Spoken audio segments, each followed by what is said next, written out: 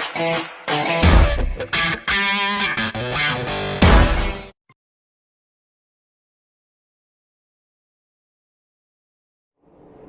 ini dalam kunjungan untuk melihat keadaan rumah yang akan dibangun oleh Baitul Mal.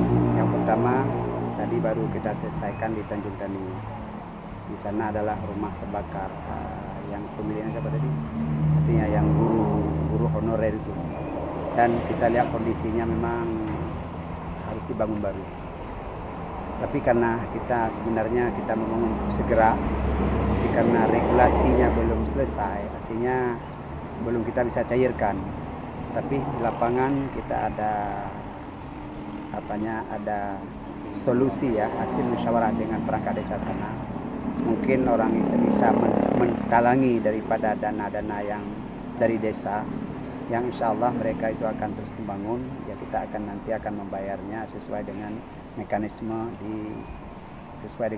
yang ada. Kemudian yang kedua kita tadi di Kecamatan Perla di Matang Pelawi ya, kita lihat kondisi rumah bukan, artinya untuk sementara bisa dipending karena rumah itu masih bisa ditempati. Yang namun itu kita restui yang bahwa kita bangun. Tapi bangun itu bersama dengan kepala desa, artinya dalam arti kata kita membangun bersama. Dari masyarakat sendiri, kemudian masyarakat desa, kemudian ada sistem miliknya sendiri, mungkin ada kayu-kayu yang memang yang bisa dipakai. Nanti kita akan membantu dalam bentuk material. Kira-kira berapa ya, nantilah kita lihat dengan ketika kita bangun. Kemudian juga di desa tersebut juga kebetulan kita bersama dengan anggota dewan dan Panglima daerah ini ya, Panglima Perla.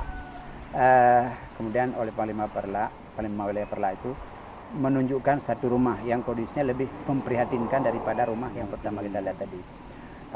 Kita lihat di atap-atapnya udah begitu berlapis-lapis asingnya, kemudian dinding-dindingnya entah tumpah dan sebagainya. Itu juga sangat layak kita bantu. Cuma kita janjikan ya kita bantu dalam bentuk material. Insyaallah. Demikian. Kalau bisa ya secepatnya udah ada bantuan dari pemerintah ya kan.